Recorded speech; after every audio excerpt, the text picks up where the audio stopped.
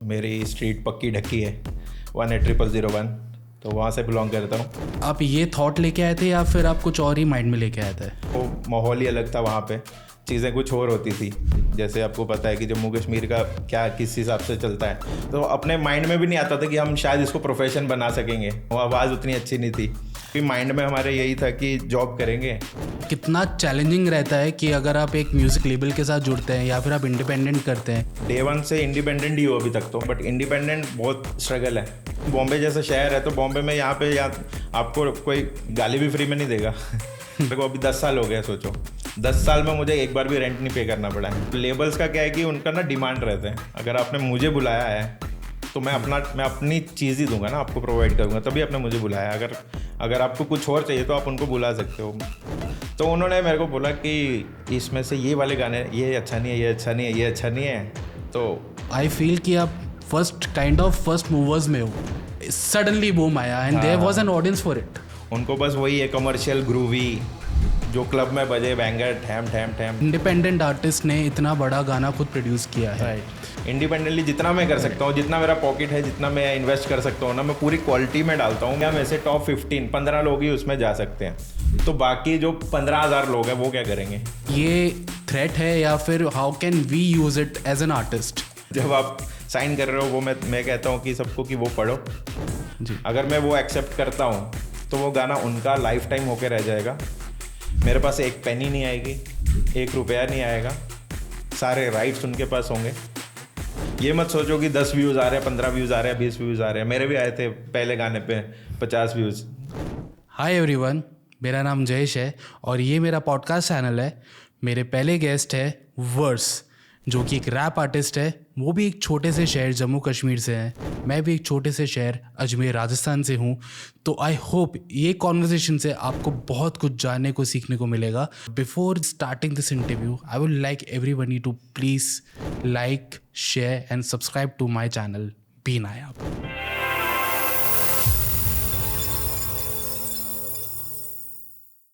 Verse मेरे भाई, yes भाई, welcome to the podcast. Thank you so much.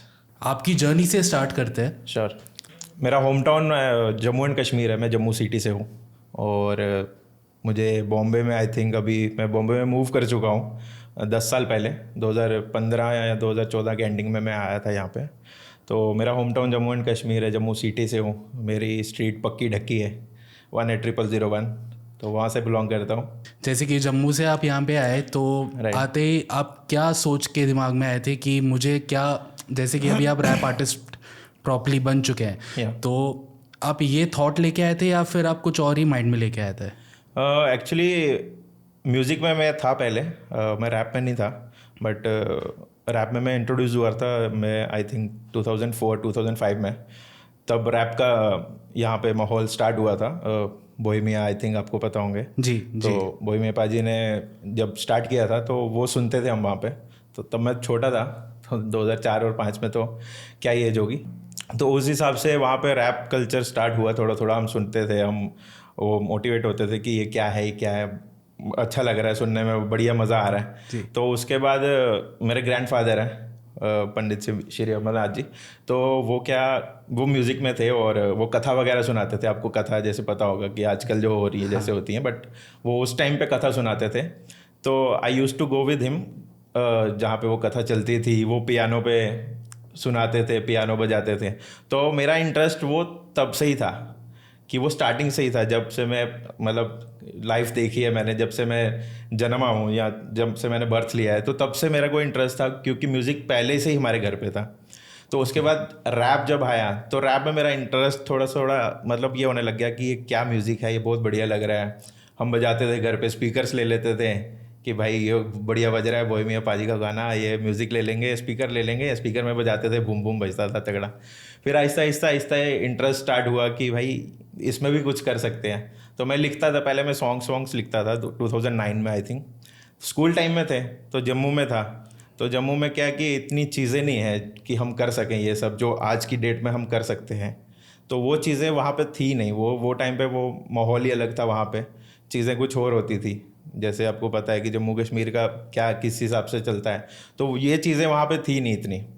तो अपने माइंड में भी नहीं आता था कि हम शायद इसको प्रोफेशन बना सकेंगे, ओके। कि शायद मैं सिंगर बन सकता हूँ। आवाज़ उतनी अच्छी नहीं थी, तो क्योंकि इतना माइंड में था नहीं सीखेंगे या इसी को करियर बनाएंगे, क्योंकि माइंड में हमारे यही था कि जॉब करेंगे 24/7, वही है जैसे कहीं जॉब लग जाएंगे, 9 to 5 जॉब लग जाएगी तो वहाँ पे जॉब करेंगे, ये करेंगे वो करेंगे। बट ऐसा ऐसा म्यूज़िक में मेरा इंटरेस्ट हुआ।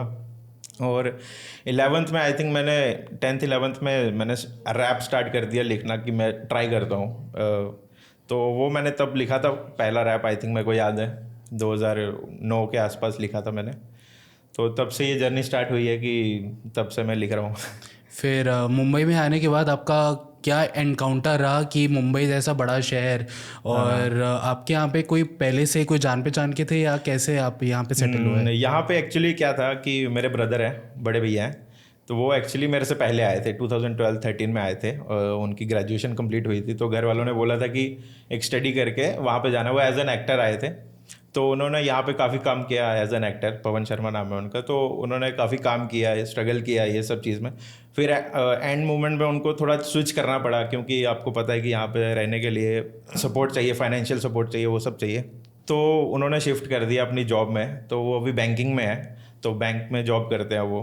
तो उन्होंने फिर मुझे पुश किया कि तू भी अपनी पढ़ाई कंप्लीट कर ले, ग्रेजुएशन कर ले, उसके बाद ही आना। तो इसलिए मेरा थोड़ा लेट स्टार्ट हुआ है, ताकि क्योंकि जम्मू में मेरे को ये सब चीज़ें मिली नहीं। स्टूडियो अगर ये सब मेरे को मिल जाता है इजीली, या मेरे को पता चल जाती चीज़ें कि हम इस तरीके से कर सकते हैं, ये नॉलेज मुझे वहाँ पे मिली नहीं। कोई था नहीं बात करने के लिए, कोई वैसा माहौल नहीं था। सब रैप तो सुनते थे बट रैप करना किसी को नहीं था वहाँ पे, क्योंकि सुनने में सबको अच्छा लगता था और सबको ये था कि जॉब करनी है, शाम को पैसे बनाने हैं और उसमें पार्टी करनी है, और रैप सुनना है और पार्टी करनी है और सो जाना है। तो किसी को इंटरेस्ट नहीं था कि रैप करना है और ये सब मतलब जॉब भी हो सकती है, ये प्रोफेशन भी हो सकता है। तो फिर मैंने अपना कंप्लीट किया, स्कूल वगैरह हाई सेकेंडरी मैंने कंप्लीट किया। फिर मैंने अपनी ग्रेजुएशन डिग्री कंप्लीट करी। उसके बाद मैं मूव कर दिया मैंने मुंबई में। तो यहाँ पे फिर मैंने अपना स्ट्रगल स्टार्ट किया। बहुत सारी फील्ड में मैंने आते ही रैप में हाथ नहीं डाला, क्योंकि यहाँ पे रहने के लिए आपको पता, जैसे मैंने बताया आपको कि फाइनेंशियल सपोर्ट वो सब बहुत ज़रूरी है। तो वो चीज़ें ये वो सब लेके मैं यहाँ पे आया था कि यहाँ पे कुछ ना कुछ मैं सीख सकता हूँ और कुछ कर सकता हूँ और कुछ होगा आगे। तो फिर जैसे कि आप इंडिपेंडेंट करते हैं, तो राइट। कितना चैलेंजिंग रहता है कि अगर आप एक म्यूज़िक लेबल के साथ जुड़ते हैं या फिर आप इंडिपेंडेंट करते हैं, तो क्या बेनिफिट्स भी हैं और क्या इसमें चैलेंजेस भी आपको फेस करना मिलता है? डे वन से इंडिपेंडेंट ही हो अभी तक तो फ़िलहाल, क्योंकि लेबल तक मैं पहुंचा नहीं और मैंने अप्रोच भी नहीं किया अभी तक कुछ खास उनको कि मैं जा सकूं या मैं गया हूं उनके पास। मैं चाहता हूं कि वो मेरा कंटेंट देखे, मेरे गाने सुने, ताकि उनके चैनल तक मेरा गाना पहुंचे और वो सुन के मेरे यहाँ पे मुझे कॉल आए। तो ताकि मैं वहाँ पे मैं ऐसे नहीं जाना चाहता कि मैं सिक्योरिटी गार्ड तक पहुँच गया और वहाँ पे वो मेरे को बोल रहा है कि सर से मिल नहीं सकते। तो मुझे वो चाहिए नहीं, क्योंकि यहाँ पे आपको पता है कि ऑफिस में जाओ तो ऑफिस में एंट्री तक नहीं मिलती है। तो वो लेबल वाली बात तो मुझे अभी इतनी पता नहीं है, क्योंकि मैंने उनके साथ अभी लेबल एज ए लेबल किसी के साथ किया नहीं है। बट इंडिपेंडेंट बहुत स्ट्रगल है, क्योंकि राइटिंग से लेके रिलीज़ वगैरह, वीडियो अगर करना है तो वीडियो पूरा प्रोड्यूस करना, उसके बाद उसको डिस्ट्रीब्यूट करना, उसके बाद डिस्ट्रीब्यूशन के बाद उसका मार्केटिंग देखना, पोस्टर देखना, डिज़ाइन देखना, A to Z बहुत लंबा चौड़ा काम है। तो वो सब मैंने यहाँ पे स्ट्रगल करते करते मैंने अपनी जॉब से सीखा है। क्योंकि मैं स्टार्ट में, जैसे मैंने आपको बताया कि बॉम्बे जब मूव हुआ तो रैप से तो मैं कमा नहीं रहा था, या ना तो मैं कमा सकता था एकदम से आके, तो कुछ ना कुछ जॉब करनी पड़ी उसमें। तो जॉब में मैंने एज ए कास्टिंग में मैंने जॉब करी। मैं आराम नगर में, आपको अगर पता होगा तो मैं आराम नगर में जॉब करता था, BWT करके ऑफिस है, तो वहाँ पे मैं जॉब करता था कास्टिंग में। मैंने एज ए असिस्टेंट एसोसिएट मैंने जॉब करी, मैंने बहुत सारी एड्स वगैरह करी। फिर उसके बाद मैंने जॉब स्विच करी ताकि थोड़ा सा ग्रोथ हो, थोड़ा सा इन जो भी प्रमोशंस अपने लग रहे हैं, इन पैसे लग रहे हैं उनके ऊपर मेरे को इन्वेस्ट करना है, तो मेरे को जॉब चेंज करनी पड़ेगी ताकि थोड़ा और अर्न कर सकूं और थोड़ा और उसमें इन्वेस्ट कर सकूं। तो ऐसा था कि फिर मैंने प्रोडक्शन में मैंने स्टार्ट किया। तो मैंने प्रोडक्शन में मैंने जब काम स्टार्ट किया तो वहाँ पे मेरा थोड़ा अर्निंग थोड़ा सा बेटर हुआ। तो मुझे लगा कि ये मेरा अर्निंग सोर्स हो सकता है और ये मेरा प्रोफेशन बन सकता है। मैं यहाँ पे इन्वेस्ट उठा के यहाँ से पैसा यहाँ पे डालूंगा तो मैं अपने गाने बनाऊंगा, गाने रिलीज़ करूंगा। क्योंकि बॉम्बे जैसा शहर है तो बॉम्बे में यहाँ पे आपको कोई मतलब कि गाली भी फ्री में नहीं देगा तो गाली फ्री में नहीं देगा तो लिरिक्स, म्यूज़िक ये सब कहाँ से आएगा।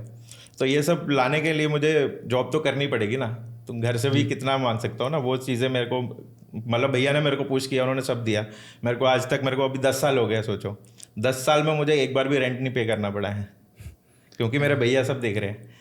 और मुझे खाने का भी देखना नहीं पड़ता कि घर पे खाना कितना है या क्या है, मेरे को उसकी टेंशन उन्होंने दी नहीं।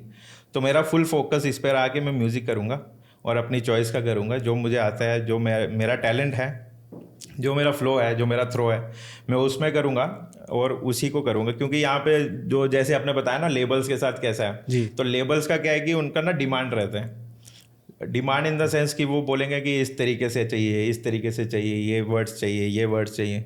तो मेरा 2-3 बार ही हुआ मेरा उनके साथ में, बट मेरे को ना वो उनका जमा नहीं कि Okay. कि जो मेरा है, मेरा टैलेंट है, मुझे आपने चूज़ किया है कि मेरी जो आवाज़ सुन के ही मेरे को आपने बुलाया है, तो मैं उसी आवाज़ में मैं करना चाहता हूँ। ऐसा नहीं है कि आप मुझे बोल रहे हो कि भाई रफ्तार की तरह चाहिए या हनी सिंह पाजी की तरह चाहिए, तो हनी सिंह पाजी की तरह कोई गाना हो जाए, वो तो वो बना रहे हैं ना, तो मैं अपना बनाऊँगा।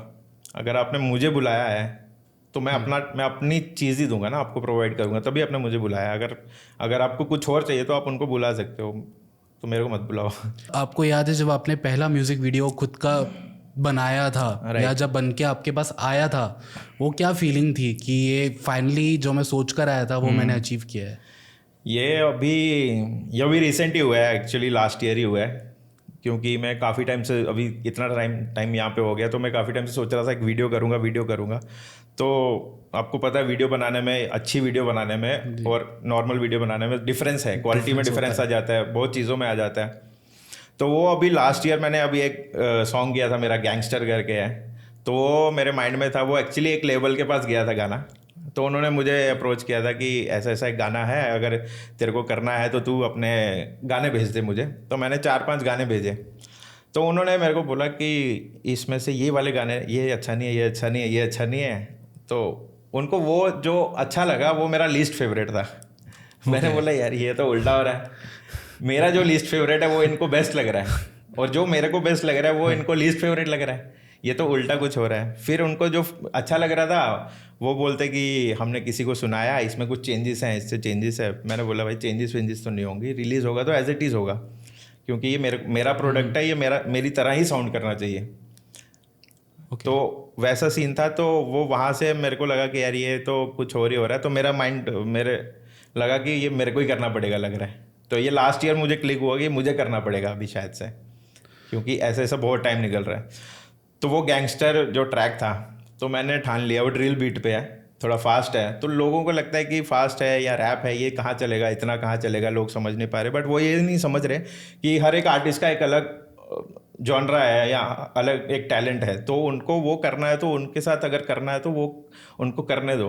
तो अपना घुसा रहे हैं तो या जो उनके वर्ड्स हैं वो डाल रहे हैं, तो वो तो फिर वही बॉलीवुड वाली बात हो गई ना कि आप वर्ड्स दे रहे हो, कमर्शियल बनाना है, तो कमर्शियल बनाने के लिए तो हम है नहीं, कमर्शियल अभी तो बन नहीं सकता। अगर आर्टिस्ट के ऊपर है ना, आर्टिस्ट का माइंड क्या है, आर्टिस्ट का क्या है, सेंस क्या है, अभी क्या मूड है। ऐसा नहीं है कि अभी बोलोगे कि एक लड़की भी गाना बना दे, अगर मूड सैड है तो कैसे बनेगा। एंड मुझे ऐसा लगता है कि हर चीज़ का ना एक वक्त होता है राइट। तो म्यूज़िक का भी एक टाइम आता है। हर जॉनर को एक टाइम के साथ ही धीरे धीरे धीरे, जैसे आजकल रिमिक्स का दौर एक आया था बीच में, अब मुझे लगता है कि अब धीरे धीरे ना ये दौर और आएगा। सो आई फील कि आप फर्स्ट मूवर्स में हो।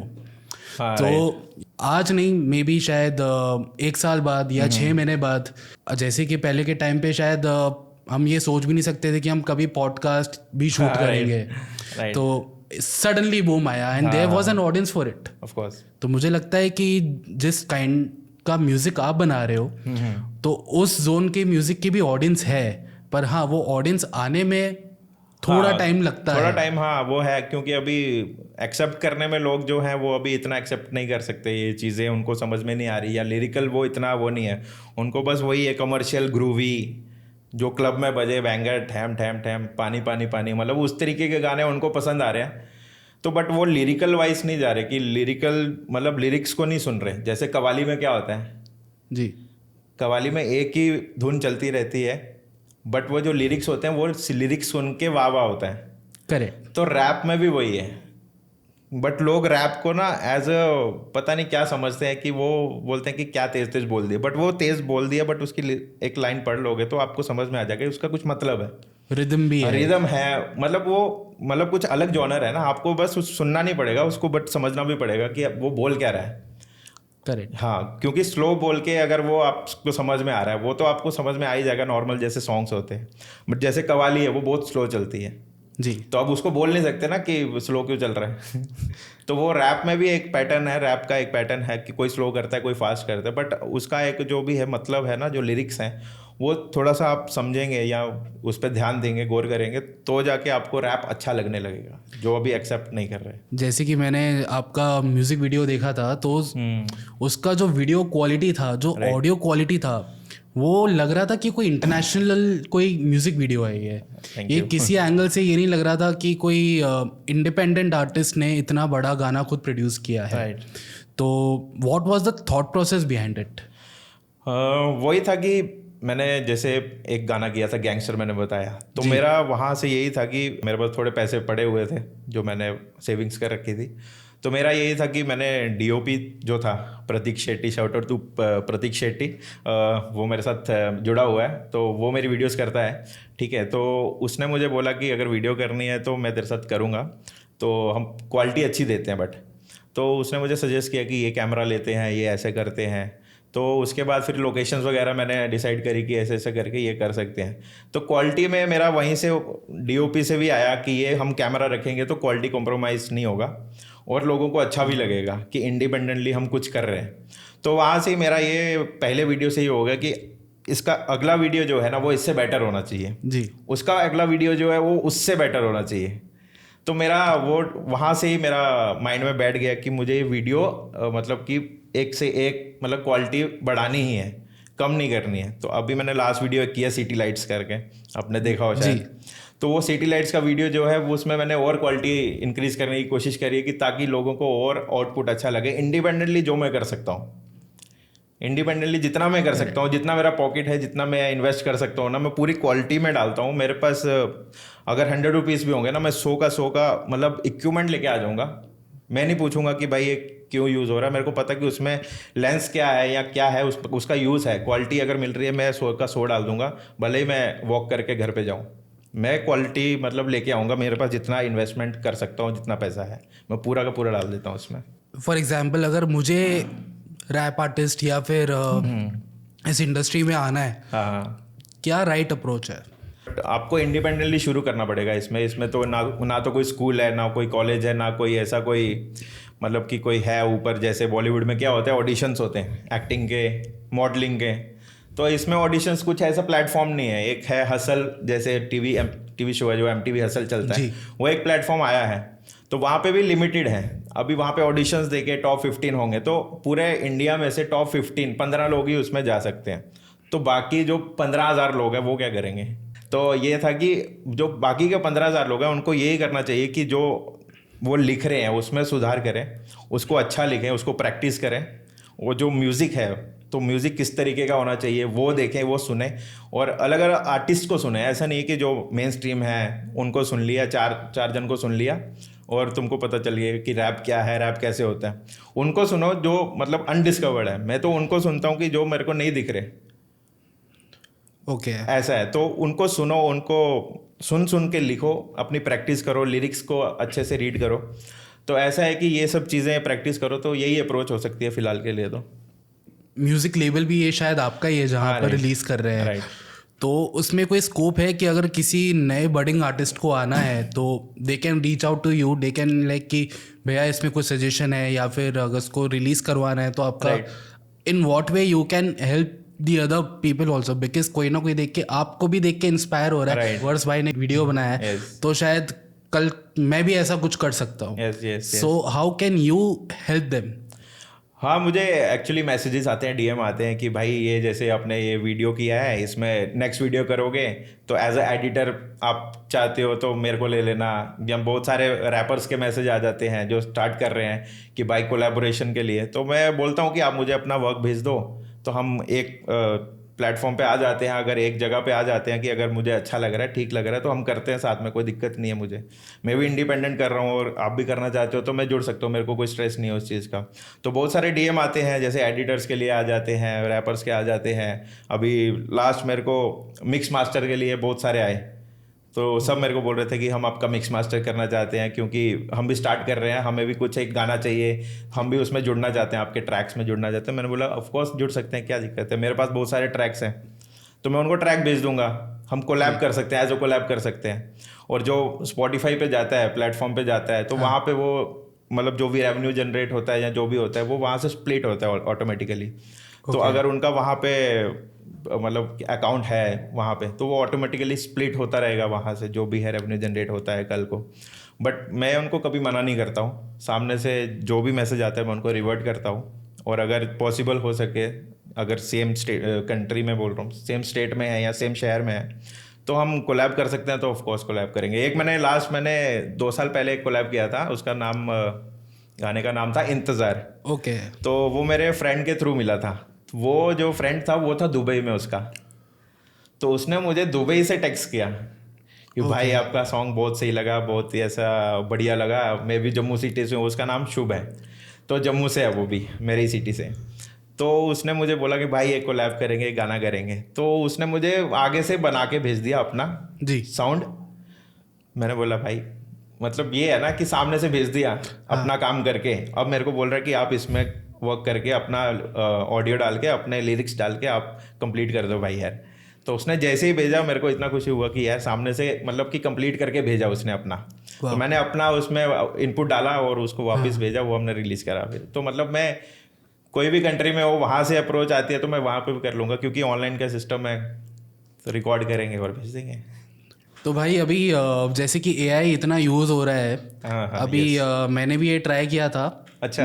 मैं खुद भी लिखता हूँ, तो जो मैंने शायरी और पोइट्रीज लिखी थी ना, ओके। उसको मैंने उठाया, हाँ हाँ मैंने सॉफ्टवेयर में डाला, उसने मेरे को गाना दे दिया। सिर्फ मेरे को जॉनर सेलेक्ट करना था कि ये मुझे बॉलीवुड चाहिए, जैज चाहिए, हिप हॉप चाहिए। हाँ टिपिकल बॉलीवुड गाना उसने मेरे को 2 मिनट में बना के दे दिया था। हाँ। What's your take on it, कि मतलब ये थ्रेट है या फिर how can we use it as an artist? ये थ्रेट तो नहीं है अभी। जो भी चीज़ें आती हैं मार्केट में, जैसे इंस्टाग्राम आया तो सब बोल रहे थे कि इससे ये हो जाएगा, वो हो जाएगा, फेसबुक आया ये हो जाएगा, वो हो जाएगा, कुछ नहीं हो रहा। वो एक हेल्प ही करता है आर्टिस्ट को, या जो भी है जनरेशन है उसको हेल्प ही करता है। जैसे जैसे नई जनरेशन आएगी वो नया कुछ ना कुछ आता रहेगा, ऐसा नहीं है कि पुरानी चीज़ें ही चलती रहेंगी। अभी एआई आया तो उसमें बेनिफिट तो यही है कि आपको कंटेंट, अगर जैसे आपने बोला कि आपको 4 वेराइटीज़ मिल गई जी, तो एज इट इज़ आपको मिल गई, तो एज इट इज़ आप उठा के तो डालोगे नहीं, क्योंकि वो एज इट इज़ तो वो किसी और को भी जनरेट होके मिल सकती है। आई थिंक सो ये बहुत यूनिक ही मिलता रहेगा। हाँ यूनिक भी मिल सकता है, बट वो ये हो जाता है कि वो एआई का है। जब अभी जो सॉफ्टवेयर्स आ रहे हैं ना, जी। तो उसमें ऐसा है कि अभी उसमें कॉपीराइट्स वगैरह का इशू इतना, शायद से जितना मेरी नॉलेज में है कि इतना कुछ अभी इंटरफेयर नहीं हो रहा है। तो अभी आहिस्ता आहिस्ता गवर्नमेंट उस पर आ जाएगी, इन्वॉल्व हो जाएगी, क्योंकि वो एक बड़ा प्लेटफॉर्म हो जाएगा एआई। जैसे कि मेरी आवाज़ है अगर, तो मेरी आवाज़ में अगर आपको सॉन्ग चाहिए, जैसे आजकल मार्केट में आपको पता ही है करेक्ट। कि जैसे करण औजला का सॉन्ग हो गया, तो उसकी आवाज़ में वो शुभ का सॉन्ग जो है हाँ वो आ जाता है एआई से जनरेट करके। जी। तो आप ये बोल रहे हो कि ये थ्रेट हो सकती है कि मेरा गाना कोई और बना रहा है या मेरी आवाज़ कोई और ले रहा है। ये भी हो गया, एंड यू नो बहुत इजीली हो जाएगा। जो एक वो होता है ना चार्म, कि हम आराम से टाइम लेके सोच के कुछ धुन बना रहे हैं, कुछ लिख रहे हैं। हाँ हाँ हाँ अभी कुछ नहीं, अभी सिर्फ मुझे लिरिक्स भी चाहिए, मैं चैट जीपीटी पे डालूंगा, मुझे लिरिक्स मिल जाएंगे।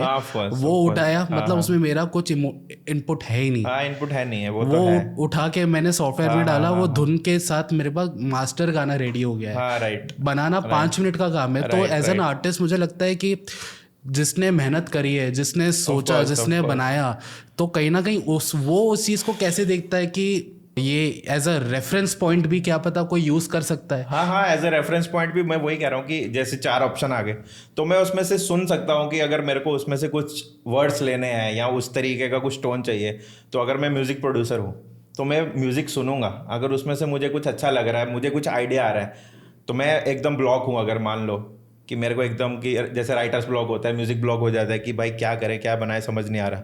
तो वो एक प्लेटफॉर्म है कि वहाँ पे जाके अब आपका जो आइडिया है कि आपको जैसे बूम बैप चाहिए, R&B चाहिए, R&B किस स्टाइल में चाहिए, तो आप उसमें डाल दो तो आपको एक धुन आ जाएगी, सुन के आ जाएगा। उसको आप जनरेट करना है अपने आइडिया से, अपने तरीके से, तो वो आप खुद का इन्वेंशन उसमें डाल सकते हो।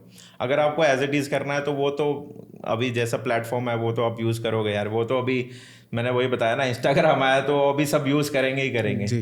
तो फेसबुक आया यूज़ करेंगे ही करेंगे, अभी कोई भी स्नैपचैट आएगा सब यूज़ करेंगे ही करेंगे, बट उसको वो एज अ थ्रेट नहीं मान सकते हम। थ्रेट वाला कुछ सीन नहीं है उसमें। पर मेरा ये मानना है शायद आने वाले के टाइम में ना, जब सब चीज़ें ऐसा लगेगा कि एकदम परफेक्ट परफेक्ट जा रही है, एक रिदम, मतलब मैं कोई वीडियो देखूंगा मुझे पता चल जाएगा ये AI से बना हुआ हाँ, है। ये ऐसे बन रहा है। वही मैं कह रहा हूँ ना कि अपना इनपुट उसमें डालना ज़रूरी है अगर आपको अपना बनाना है तो। वही आपने बात बोल दी खुद ही कि मेरे को पता चल जाएगा कि AI का होगा या AI का है, तो वो आपको आइडिया लग ही जाएगा कि हाँ ये AI वाला सिस्टम है। जैसे आजकल कितने AI सॉफ्टवेयर से कितनी वीडियोस में कुछ भी हो रहा है, जी। तो हमें पता चल जाता है। अब जिसको नहीं पता अभी, तो वो अभी कुछ नहीं कर सकते, उनको थोड़ा अपडेट होना पड़ेगा। बट जैसे आपने बोला कि आपको पता चल जाएगा AI से जनरेट हुई वीडियो है, जैसे अभी पॉडकास्ट है, जी। तो अभी इसमें मेरा फेस चेंज करके AI में आप कर सकते हो, कुछ और लगा सकते हो आप, हाँ। कुछ भी कर सकते हो। वही बोल रहे हो ना आप। correct। तो वो सामने वाले को पता चल जाता है कि AI से किया हुआ है। अगर उसको इतनी मार्केट की नॉलेज है या वो इतना मतलब कि फ्यूचर में है कि मतलब कि प्रेजेंट की एप्स अगर वो यूज़ कर रहा है, तो इतना उसको नॉलेज होगा कि भाई AI के थ्रू हो रहा है। तो अगर इसको रियल करना है तो जो मतलब रियल आर्टिस्ट होगा ना, वो AI का उठाएगा ही नहीं कभी। नहीं। वो AI में अगर जनरेट करके आइडियाज़ ले रहा है उतना शायद से कर रहा हो, क्योंकि एक अगर प्लेटफॉर्म कोई आया है तो हर कोई चाहता है कि मैं उसको ट्राई करूं। ऐसा कोई जो भी बोल रहा होगा ना कि भाई चैट GPT यूज़ नहीं किया, तो वो झूठ ही बोल रहा होगा। किसी ने मतलब लिरिक्स के लिए नहीं किया हो, किसी और यूज़ के लिए किया हो, बट यूज़ कर रहा है हर कोई। करेक्ट। हर चीज़ के लिए यूज़ कर रहा है। जैसे अभी प्रीमियर प्रो में फायरफ्लाई करके कुछ तो ऐप आया है, ऑटोमेटिक पॉडकास्ट एडिट हो जाता है। हाँ, आपको पता है जो AI का, हाँ, ऑटो मोड पे आया है। तो उसमें तो एडिटर का भी काम खत्म हो गया ना फिर कम हो गया। तो बट एडिटर का काम खत्म नहीं होगा, उसमें भी कुछ ना कुछ होंगे ना, उसके चीज़ें होंगी कि उसको अपना कैसे उसको टाइम टू टाइम कैसे कट रहा है या उसको कुछ ऐड ऑन करना है। हर चीज़ तो AI नहीं देगा सेम टाइम पे। वो आपकी हेल्प कर देगा कि हाँ, ठीक है हेल्प कर कि देगा। अभी जैसे शेफ होता है और एक कुक होता है, तो कुक आपकी हेल्प करता है। जी। शेफ होता है जो वो बैठा रहता है, उसको पता है कि ये कुक हेल्प कर रहा है, बट शेफ का नाम ही आता है। ये AI वो है, AI हमारे लिए कुक कर रहा है, हम उसके शेफ है, हम ही उसको चला रहे हैं। बिकॉज मैंने भी अभी रिसर्च किया तो उसमें राइट। अभी तो प्रीमियर में और भी ऑप्शंस आ गए हैं कि आप सिर्फ आपके पास वीडियो है, मान लो जैसे ये हमारा इंटरव्यू है, बीच में अगर मुझे चाहिए कि ये फ्रेम मेरे को एक्सटेंड करनी है, राइट। उसको सिर्फ रेफरेंस पॉइंट चाहिए होगा, वो आपकी सेकंड्स आपको बढ़ाकर दे देगा। यस यस, देखा मैंने वो भी। तो वो देखो ये आपकी हेल्प ही कर रहा है जी। आपको वापस से शूट ना करना पड़े, वो चीज़ आपको एक्सटेंड करना है, आपका पैसा भी बचा रहा है अगर आपको वो चीज़ लेनी है। जी। अगर आपको लगता है कि AI वाली चीज़ आपके लिए काम कर रही है तो आप वहाँ से ले लो। अगर आपको लगता है कि ये रियलिस्टिक नहीं लग रही है, ये मुझे सेटिस्फाई नहीं कर रही है ये चीज़, तो आप फिर शूट करो अपना वापस से, और वापस से वो अपना क्लिप्स ऐड ऑन कर लो। बट वो आपको एक एज अ हेल्पिंग हैंड आपके साथ रहेगा। कहीं ना कहीं ये कॉस्ट एफिशिएंट भी काफ़ी कॉस्ट है। एफिशिएंट, वही बात है। पहले के टाइम पे यही होता था कि लोग टीवी हो गया या फिर किसी को अगर म्यूजिक में या किसी में बड़ा करना है तो बहुत लिमिटेड रिसोर्सेज रहते थे। यूट्यूब के कारण अभी इतने लोगों के पास अपॉर्चुनिटीज मिल गई है। आज के टाइम पे यूट्यूब के कारण आपके पास एक इंडिपेंडेंट प्लेटफॉर्म है कि आप जैसा चाहे अपने आप को आप कर सकते हैं। आपके ऊपर कोई ऑफ कोर्स जो भी कंटेंट अगर मैं खुद बनाना चाहता हूँ, कुछ भी बनाना चाहता हूँ, क्रिएटर बनना चाहता हूँ, आपके पास एक मोबाइल फ़ोन चाहिए आपको। जी। आप आज ही व्लॉगिंग शुरू कर दो, जी, फूड ब्लॉग शुरू कर दो, कुछ भी शुरू कर सकते हो। लॉकडाउन में अभी जब भी लॉकडाउन हुआ था मैं बॉम्बे में ही था। ओके। तो मैं वही सोच रहा था कि म्यूज़िक बना बना के कितना म्यूज़िक बना दिया। मैं सोचूं क्या करूं कुछ अलग, तो मैंने भैया के लिए फूड ब्लॉग बनाए। तो उनका चैनल बना दिया फूड ब्लॉग्स का। तो मतलब कि आपके हाथ में आपको करना क्या, आप उसमें घुस जाओ और वो हो जाएगा। तो वो आपके मोबाइल पे है कि आप क्रिएटर बनना चाहते हो, आप क्या बनना चाहते हो, इन्फ्लुएंसर बनना चाहते हो, आज की डेट में आपके पास आप घर से ही बन सकते हो। वही मैंने बताया, म्यूज़िक की कोई लिमिट नहीं है कि आप इस कंट्री में हो, उस स्टेट में हो। लोग बोलते हैं हम यहाँ से आए हैं, वहाँ से आए हैं। अरे वहाँ पे भी म्यूज़िक है ना भाई। करेक्ट। वहाँ पे भी म्यूज़िक है। इसका मतलब ये नहीं कि हम वहाँ से आए तो वहाँ म्यूज़िक था ही नहीं कभी लाइफ में, समझ रहे हो? तो वहाँ पे म्यूज़िक था, आपने सुना, तभी हम यहाँ पे पहुँचे हैं। आपको करना क्या डिपेंड करता है ना। हर कोई रैपर नहीं बनना चाहता है, कोई कव्वाली आर्टिस्ट बनना चाहता है, कोई सिंगर बनना चाहता है, कोई पॉप आर्टिस्ट बनना चाहता है।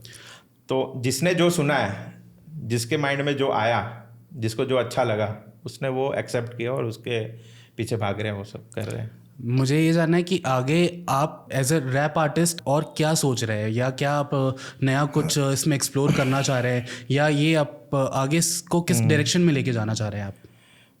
अभी फ़िलहाल तो मैं इंडिपेंडेंट कर रहा हूँ, जैसे मैंने बताया। तो इंडिपेंडेंट ही मैं सोच रहा हूँ कि इसको मतलब कि इतना लेके जाना है कि सामने से मुझे लेबल आके कि पूछे कि ये ट्रैक चाहिए और मैं उसकी कीमत बताऊँ, तो मेरे को उसको जब देना हो अपनी मर्ज़ी से, अपनी चॉइस से दूंगा, अपने राइट्स अपने पास रखूँगा, जो मुझे पता है कि क्या राइट्स होते हैं, कैसे देना है। क्योंकि लेबल तो आपसे जो एग्रीमेंट साइन कराता है वो आपको, आप पढ़ते नहीं हो वो टाइम पे, जब खुशी खुशी मिलता है ना। तो जब आप साइन कर रहे हो वो, मैं कहता हूँ कि सबको कि वो पढ़ो।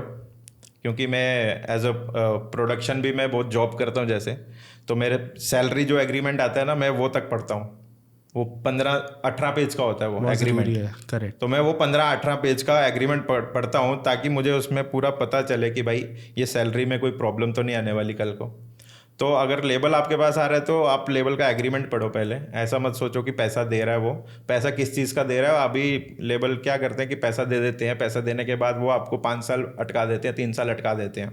क्योंकि उस एग्रीमेंट में लिखा होता है कि आपको 3 साल में 15 गाने रिलीज़ करने को मिलेंगे। जी। बट वो लोग इतना ही पढ़ते हैं कि मिलेंगे। मैं यही कह रहा हूँ कि एग्रीमेंट पढ़ो। ये मिलेंगे कब मिलेंगे? हर मंथ एक गाना मिलना चाहिए, उसमें मेंशन होना चाहिए। करेक्ट। आपकी डील क्या है, आपका मतलब कि जो आपको चाहिए वो आपको मिल रहा है कि नहीं मिल रहा है। अगर आपको एक बार वन टाइम पैसा मिल गया, अगर आपको 3 साल के लिए, तो उसमें एग्रीमेंट में बंध गए, तो आप क्या कर सकते हो? उसमें दूसरी जगह जा नहीं सकते। उसमें वो क्लॉजेस होते हैं कि अगर आपको किसी और लेबल के साथ जुड़ना है तो आपको ये मनी आपको पे करना पड़ेगा। फिर आप कोर्ट केस लड़ो, ये करो वो करो। ये सब चीज़ें नॉलेज लेने के लिए आपको मतलब इसमें घुसना पड़ेगा इंडस्ट्री में।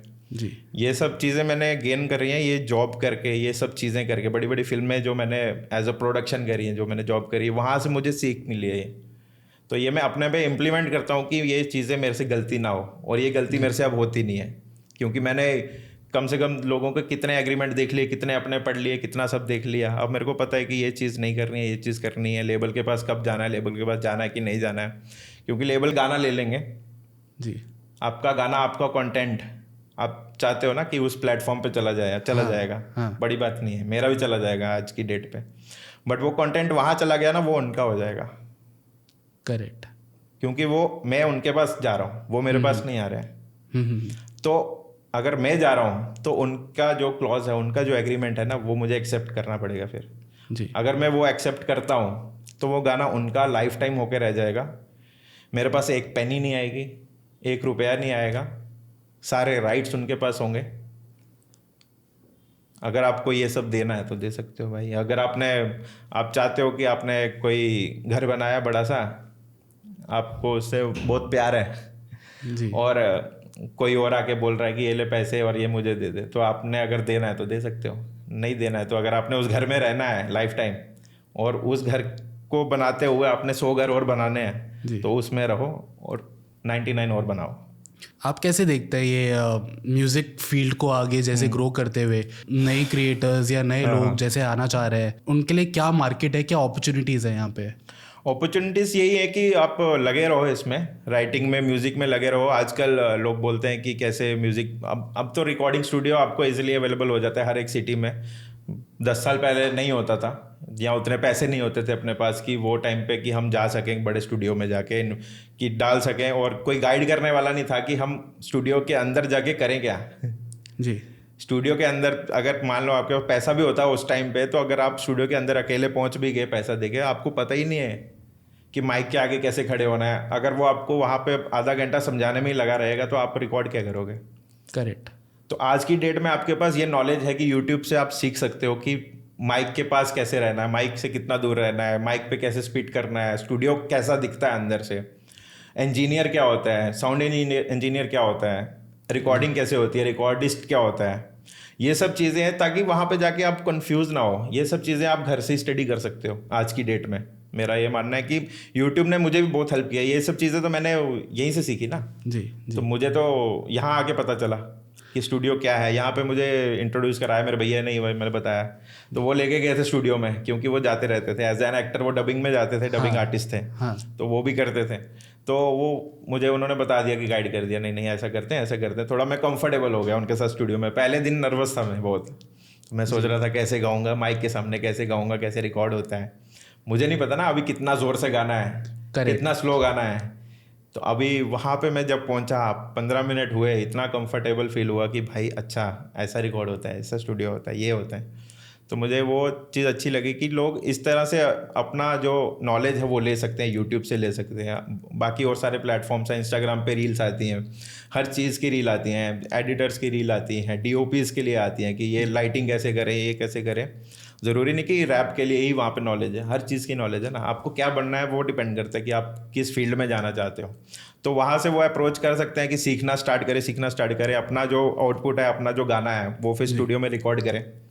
वो रिकॉर्ड करने के बाद यूट्यूब प्लेटफॉर्म है ही आपके पास, वो आपको 5 मिनट लगेंगे क्रिएट करने में। आप क्रिएट करो, अपना नाम एक उसमें डाल दो, उस पर अपलोड करो और इंस्टाग्राम वगैरह पे शेयर कर दो अपने आगे पीछे लोगों को कि ये ट्रैक आउट हो रहा है, ये ऐसा ऐसा। तो आपका कंटेंट अच्छा होगा, वो चलेगा, वो निकलेगा, लोगों तक पहुंचेगा।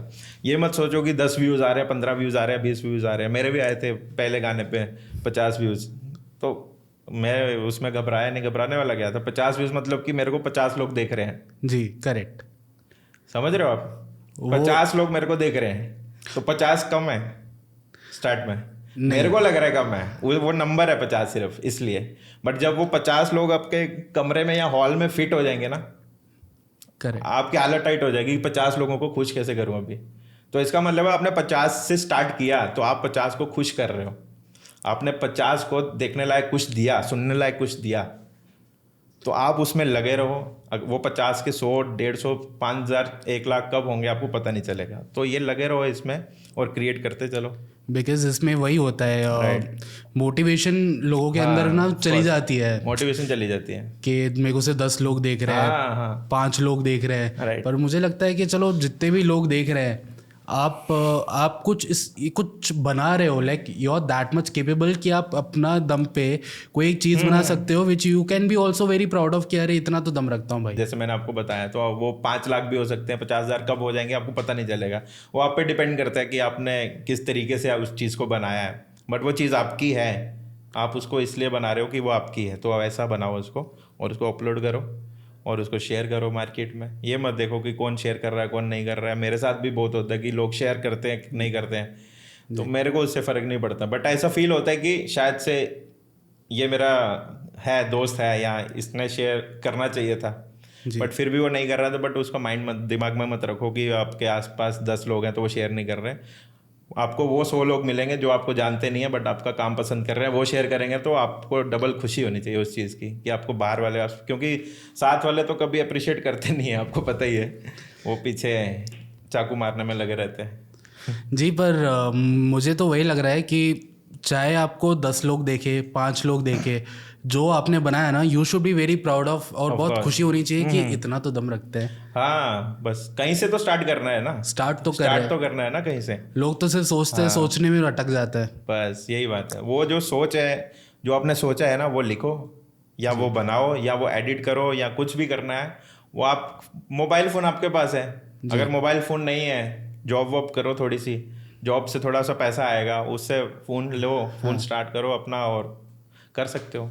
आपका राइटिंग प्रोसेस क्या होता है? लाइक व्हाट्स द थिंग कि आपको मोटिवेट करता है कि मेरे को इस टॉपिक पे लिखना है या ऐसे लिखना है? मूड पे डिपेंड करता है मेरे, कि मैं आज किस मूड में हूँ या किस जोन में हूँ। अगर मैं यहाँ से अभी हैप्पी मूड में जाऊँगा, तो अगर मेरा मूड है बैठ के थोड़ा सा ग्रूव करता हूँ बीट्स पे, तो उस पर कुछ लिख दूंगा। हैप्पी मूड पे तो हैप्पी कोई ट्रैक लिख लूँगा, है ना। कोई क्या बोलते हैं, थोड़ा सा बॉलीवुड टाइप का हो गया, जैसे आपको फंकी पसंद है या R&B पसंद है, वैसा कुछ लिख लिया। सैड है तो सैड, ब्रेकअप वाले ब्रोकन हार्ट सैड म्यूजिक हो जाएगा। तो ऐसा कुछ प्रोसेस नहीं है, बट इसमें यही है कि अगर जब बैठते हैं हम सुनने के लिए, तो बीट्स मैं सुनता हूँ। तो अगर बीट्स नहीं है तो एक जोन होता है मेरा कि सैड मूड है, तो मैं सैड वो शायरी में लिखता हूँ। ओके। है ना, क्योंकि आपके पास म्यूजिक नहीं, आपके पास कुछ नहीं है। हाँ तो आपको एक टॉपिक चाहिए, जी। ठीक है ना। ब्रेकअप किस रीज़न से हुआ था, या ब्रेकअप क्यों हुआ था, ब्रेकअप हुआ था मान लो, इस टॉपिक पे लेना आप। हाँ तो आप उस टॉपिक को पकड़ो और उसमें से एक आप स्टोरी क्रिएट करो माइंड में कि ये हुआ था, ऐसा हुआ था, ऐसा हुआ था। तो उसमें आप स्टार्ट करो, एक लाइन लिखो जी। कि दिल टूटा मेरा, मैं हूँ आशिक तेरा।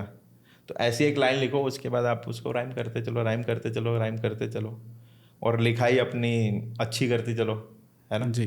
कि जितना अच्छा लिखोगे उतना अच्छा लोगों को पसंद आएगा। तो वही कोशिश है कि अच्छा लिखने की कोशिश कर रहे हैं और तो चल रहा है। आप रिसर्च कैसे करते हैं? आप किसको सुनते हैं या किसका लिखा हुआ आप ज़्यादा पढ़ते हैं? एक्चुअली पढ़ता नहीं हूँ, मैं सुनता हूँ आर्टिस्ट को बहुत सारे। मैं तो मल्टीपल आर्टिस्ट को सुनता हूँ, मतलब हर किसी को सुन ही रहा हूँ। ऐसा नहीं है कि मैं यहाँ पे आके बोल दूँ कि भाई मैं उसको नहीं सुनता, उसको नहीं सुनता। हर किसी को हर किसी ने सुना हुआ है। जो बोलता है नहीं सुना हुआ, वो नहीं, शायद से वो किसी और प्लेनेट से होगा। तो मुझे लगता है कि जो इस वर्ल्ड में है ना, उसने मतलब कि पुनीत सुपरस्टार को भी देखा है। तो उसने मतलब कि शाहरुख खान को भी देखा है, सबको देखा है उसने। तो वो बस वो बताना नहीं चाहते कि हम ये कंटेंट भी देख रहे हैं, क्योंकि लोग वहाँ से जज करना शुरू हो जाते हैं कि ये क्या देख रहा है, ये क्या देख रहा है ये। तो जी। हमने देखा, हर किसी को सुना हुआ है। तो मैं ज़्यादा, मेरे को पंजाबी पसंद है। तो ओके। मैं जम्मू से हूँ जैसे, तो वहाँ पे हाँ। मेरे वहाँ पे डोगरी चलती है। ओके। तो मेरी डोगरी लैंग्वेज है वहाँ की, होम टाउन की। तो मैं उस लैंग्वेज में करता हूँ, और उसके अलावा मैं पंजाबी में करता हूँ, और मैं हिंदी में रैप करता हूँ। तो मेरा लिखने का और ये मेरा जो भी है, मेरा सुनने का, जो मैं अनडिस्कवर्ड आर्टिस्ट है ना जैसे, जी। तो वो मैं ज़्यादा सुनता हूँ। क्योंकि ये बाकी जो मेन आर्टिस्ट थे ना, वो सारे कमर्शियल हो चुके हैं। उनको आप सुनोगे तो आप फिर कमर्शियल ट्रैक जैसा ही माइंड आपका बना रहेगा, या जी। आप मतलब कि कुछ उससे अलग नहीं सोच रहे। अगर आपको कुछ अलग बनाना है या अलग कुछ करना है, तो अलग देखना पड़ेगा, अलग सुनना पड़ेगा, या तो आपको अलग शांत कहीं पे जाना पड़ेगा, अपने आप को एक्सप्लोर करना पड़ेगा कि आप खुद खुद में क्या हो, या आपकी खुद की स्टोरी क्या है, आपके साथ क्या क्या हुआ है। क्योंकि आपके अंदर ही इतनी स्टोरीज है ना, तो आप वो स्टोरीज लिख लोगे ना, वो आपके गाने खुद खुद में ही ख़त्म नहीं होंगे। क्योंकि आपकी हर रोज़ की जो भी लड़ाई है, आपका स्ट्रगल है, हर दिन का अलग है। जी। कभी पैसे का है, कभी खाने का है, कभी लड़ाई झगड़े का है, कभी ब्रेकअप का है, जी। समझ रहे हो। कभी काम का है, कभी डिप्रेशन का है, कभी स्ट्रेस का है, कभी टेंशन का। तो ये सारे टॉपिक्स ही हैं। Correct correct. ये सारे टॉपिक्स हो गए। ये टॉपिक्स पे तो ये तो आपकी स्टोरी हो गई ना। हाँ तो आप अपनी स्टोरी बता सकते हो इन टॉपिक्स पे। हाँ। अगर इसके अलावा आपको साउंड एक्सप्लोर करना है, तो आप मल्टीपल आर्टिस्ट को सुन सकते हो। बाहर के आर्टिस्ट हैं बहुत सारे, इंडिया के बहुत सारे आर्टिस्ट हैं। आप एक्सप्लोर करो, सुनो, हर किसी को सुनो, बट उसको इम्प्लीमेंट मत करो कि उसकी तरह ही आप लिखना स्टार्ट कर दो। आपका अपना टच होना चाहिए। हाँ, मतलब कि जैसे कि मैं किसी को सुन रहा हूँ, जी। तो मैं उसी रिदम में ना बना दूँ। करेक्ट। ऐसा भी हाँ होता है ना, मैं जो गुनगुना रहा हूँ, हाँ। मैं गुनगुना रहा हूँ कुछ अगर, तो मैं उसी को गुनगुनाते गुनाते अगर अगर कैरी फॉरवर्ड कर रहा हूँ, लिरिक्स आगे मतलब एक्सटेंड कर रहा हूँ, तो वही गाना हो गया ना। जी। उसको सुनो और उसको डाइजेस्ट करो, और सोचो कि इससे बेटर मैं क्या बना सकता हूँ, फिर Correct. लिखो। अगर उसने कुछ ऐसा बना दिया सैड ब्रोकन कि भाई क्या लिख दिया, आग में जलते दिए या कुछ भी लिख दिया, तो हाँ आप सोचो कि मैं इससे ऊपर क्या लिख सकता हूँ, आग से ऊपर क्या लिख सकता हूँ, मेरे साथ क्या हुआ था, कि मेरे दिल में क्या हुआ था। तो अपना इनपुट डालो, अपना कंटेंट डालो, और खुद में खुद को देखो, और खुद का कंटेंट लिखो। और ये सब चीज़ें हैं, यहाँ से मैं सीखता हूँ। और बाकी जो आर्टिस्ट हैं बाहर के, वो मैं सुनता हूँ।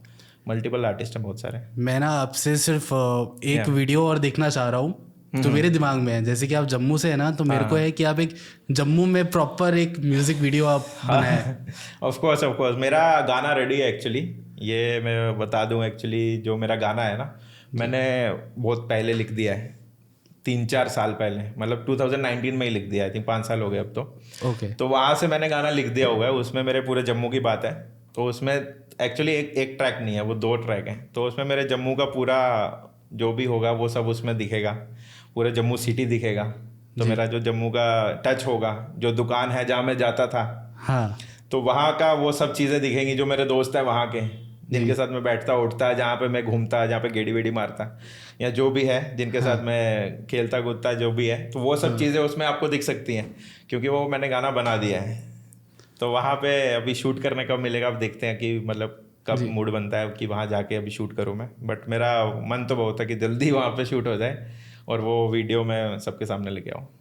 अभी मैं चाहूँगा कि आप का जो गाना है वो आप कोई भी गाना हो जैसे जो आपके दिल के बहुत करीब हो, चाहे आपका लेटेस्ट हो, वो आप थोड़ा सा गुनगुना दीजिए। ठीक है। ये लोंडे भारी यहाँ लोडेड है गन्स, देते ना फर्क्स, 2 गुना कर देंगे पैसा और वर्क, 4 गुना गेम में डाले ले रखता है ना लग से, बोले तो हक से, चोरी चकारी नहीं छोटे हम करते, खाते हम भर पेट, जाती अब घर पे दे देंगे जान, दे देंगे दीन, कंधे पे अपने भी होगा अब सीन, हम ही है शाम सपेरा और बीन, छाती से गाते हम साउंड है क्लीन, बैगी है जीन, बंदी है लीन, ड्रीम्स को ऊपर रख भगा दे नींद, yo let's go Verse. Thank you so much guys, it was lovely having Verse भाई on the show. Thank you bro. हमारा पहला पॉडकास्ट था। I want to thank him कि वो हमारे लिए आए हैं। अरे always there for you. And please guys do like, share and subscribe to be नायाब। अभी हम और भी कंटेंट बनाते रहेंगे भाई के साथ, वापस से फिर हम कोलैबोरेट करेंगे। Thank you so much. जैसे भाई का चैनल अभी बी नायाब करके अभी आ रहा है, तो आप मेक श्योर करें कि सब्सक्राइब करें, लाइक करें, कमेंट करें, और आपको पॉडकास्ट कैसा लगा हमारा तो वो आप कमेंट करें, और मेरे गाने सुनते रहे। My name is verse, let's go.